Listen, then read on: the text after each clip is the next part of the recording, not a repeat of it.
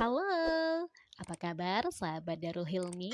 Kemarin kita sudah membahas di part pertama gejala-gejala orang kaya. Nah, penasaran kan apa saja gejala dari orang kaya selanjutnya? Mari kita simak podcast dari Darul Hilmi berikut. Gejala yang selanjutnya adalah gejala kutu buku. Nah, baca buku itu ngebosenin gak sih? Kayaknya enggak deh. Nah, cuman kutu buku yang baca buku yang ngebosenin mungkin ya. Dan betul, hampir semua orang pasti malas baca buku. Tapi Anda perlu tahu, semua miliarder di dunia menyempatkan diri membaca buku setidaknya 30 menit setiap harinya di sela-sela kesibukan mereka. Jadi, yang sudah kaya saja baca buku. Masa kita tidak? Akibat kelemahan dalam budaya literasi atau membaca, maka dapat menyebabkan orang percaya berita hoax atau bohong. Masyarakat Indonesia lemah dalam tradisi membaca, sehingga tidak kritis dalam menerima segala macam bentuk informasi.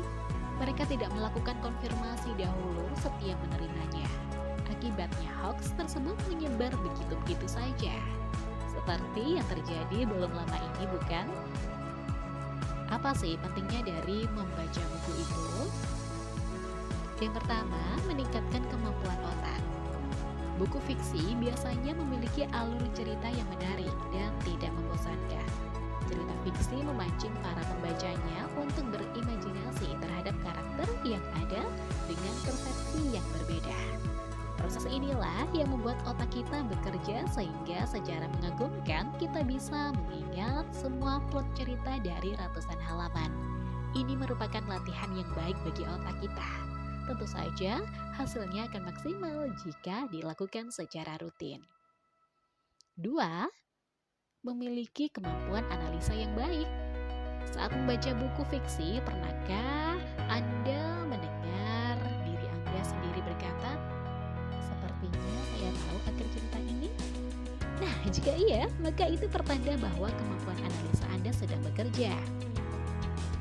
Ketiga, meredakan stres. Keempat, memiliki tingkat konsentrasi yang baik.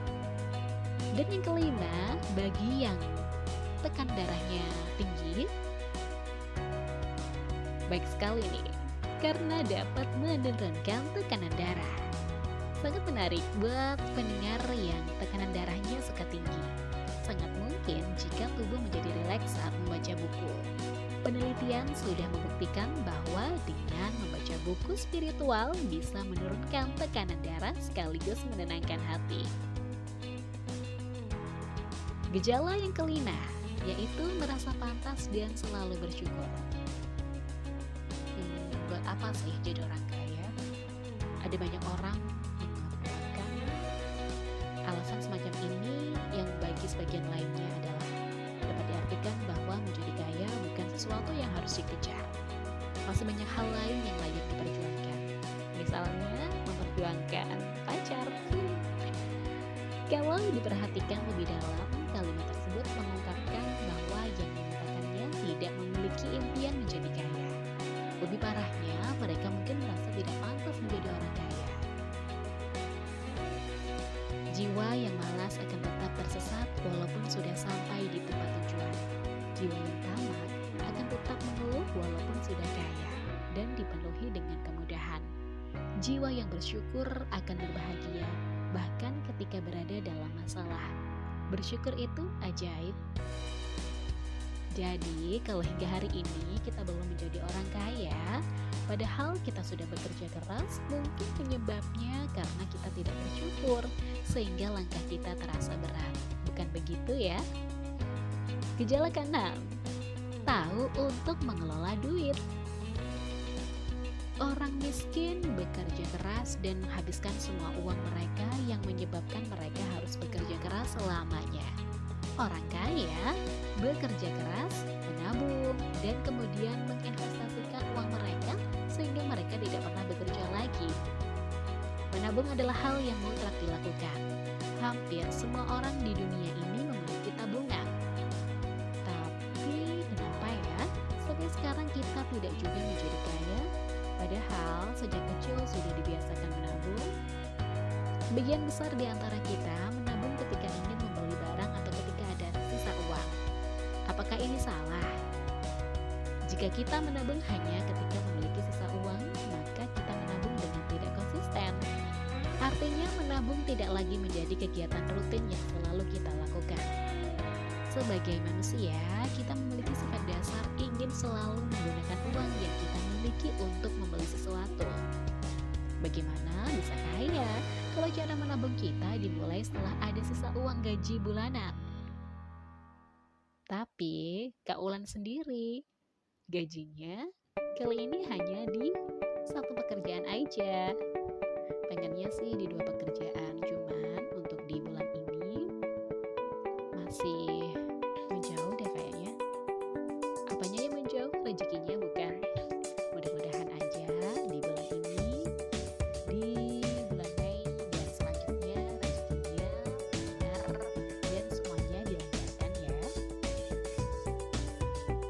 Nah, bagaimana tips agar tabungan aman terkendali? Yang pertama, tentukan tujuan menabung.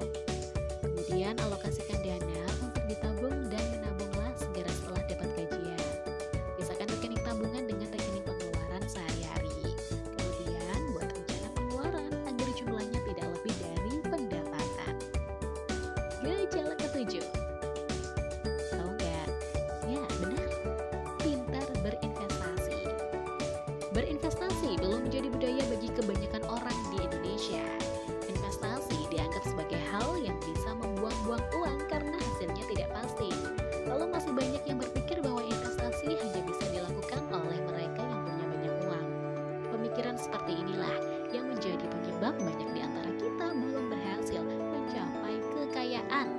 Padahal faktanya, banyak orang mulai berinvestasi ketika mereka belum punya banyak uang. Gejala ke-8, anti zona nyaman. Anti zona nyaman ya. Jangan merasa nyaman di keadaan kita sekarang. Hal ini sebetulnya mirip dengan mengejar karir. Karir yang bagus bisa berarti mendapatkan gaji besar. Gaji yang besar bisa menjadi salah satu indikator penentu apakah kita bisa menjadi orang kaya atau belum. Tapi, gaji besar justru bisa menjadi penghalang bagi kita untuk menjadi orang kaya yang sesungguhnya. Sebagai contoh, seorang kerabat saya bernama Hilmi. Dia termasuk orang yang sulit menjadi kaya, mungkin karena merasa puas dengan gaji besarnya. Tersedianya banyak kesempatan buat dia bisa menapaki jenjang karir dalam waktu yang relatif cepat.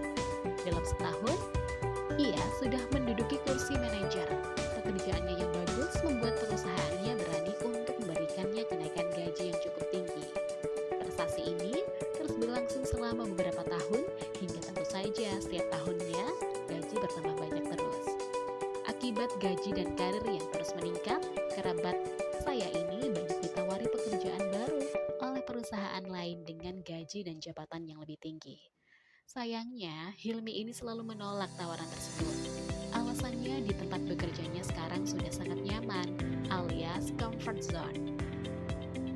Ada satu hal yang luput dari perhatiannya. Perubahan akan terjadi dimanapun dan dalam keadaan apapun. Pada levelnya, perubahan mulai terjadi. Para pemimpin perusahaan punya strategi baru demi keuntungan yang lebih banyak dan mengembangkan perusahaan agar lebih besar. Kerabat saya ini terkena dampaknya. Perubahan membuatnya merasa tidak nyaman lagi bekerja di perusahaan tersebut.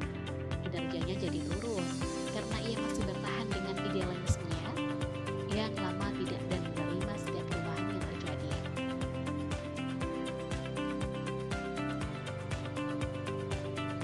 Dan akhirnya ia mengundurkan diri. Sudah terlambat baginya untuk mendapatkan pekerjaan di perusahaan yang dulu pernah menawarinya.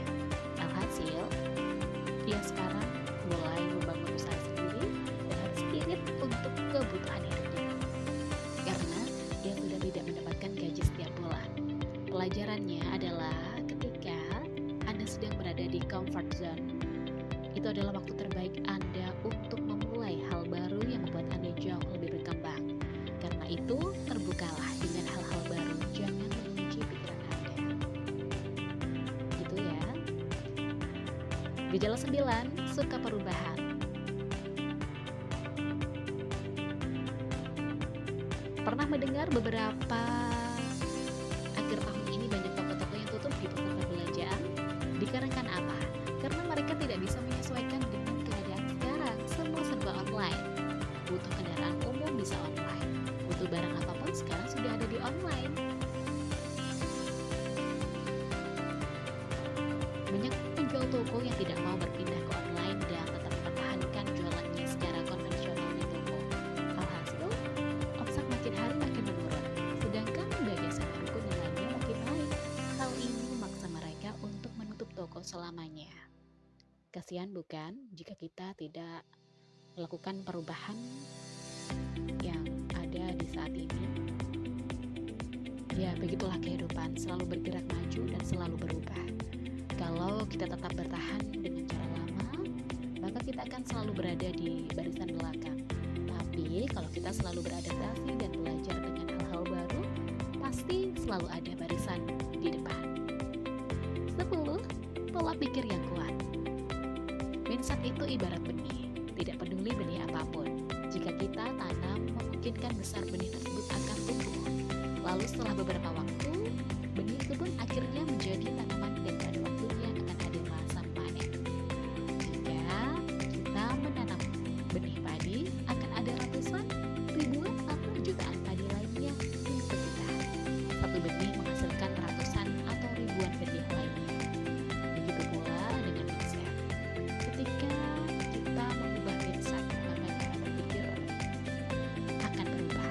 Begitupun dengan tindakan, perasaan, dan nasib kita.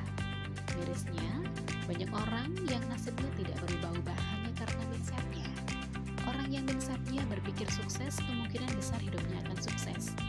Ada sebuah cerita menarik mengenai mindset. Ketika masih sekolah, orang tua, paman, bibi, dan guru-guru senantiasa menasihati agar rajin belajar.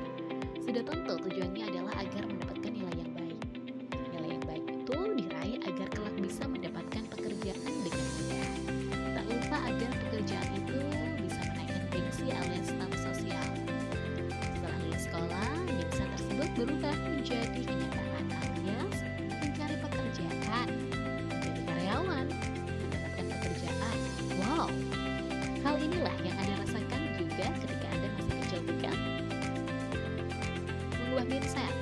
Sangat mudah mengubah mindset dan memiliki keyakinan bahwa Anda bisa merasa lebih baik daripada sekedar menjadi karyawan 9B. Pergi pagi, pulang petang, pantat pegal, penghasilan pas-pasan. Buang semua perasaan negatif Anda dan ganti dengan perasaan positif seperti perasaan bahagia, mudah mendapatkan rezeki, terus belajar dan action. Hasilnya, keadaan Anda akan berubah.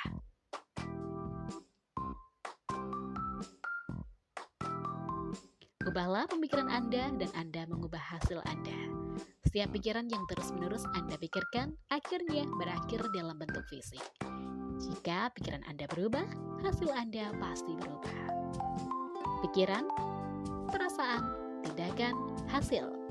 Ciptakan sebuah gambar tentang pola pikir Anda dan beradalah dalam gambar itu, bukan sekedar menjadi pengamat yang melihat ke gambar itu, melainkan kita harus take action.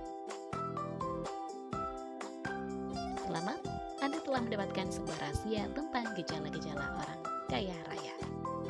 Sebuah ilmu hanya akan menjadi begitu saja apabila tidak dipraktikkan. Terima kasih sudah mendengarkan podcast Darul Hilmi. Semoga podcast ini bermanfaat dan see you next podcast. Bye-bye.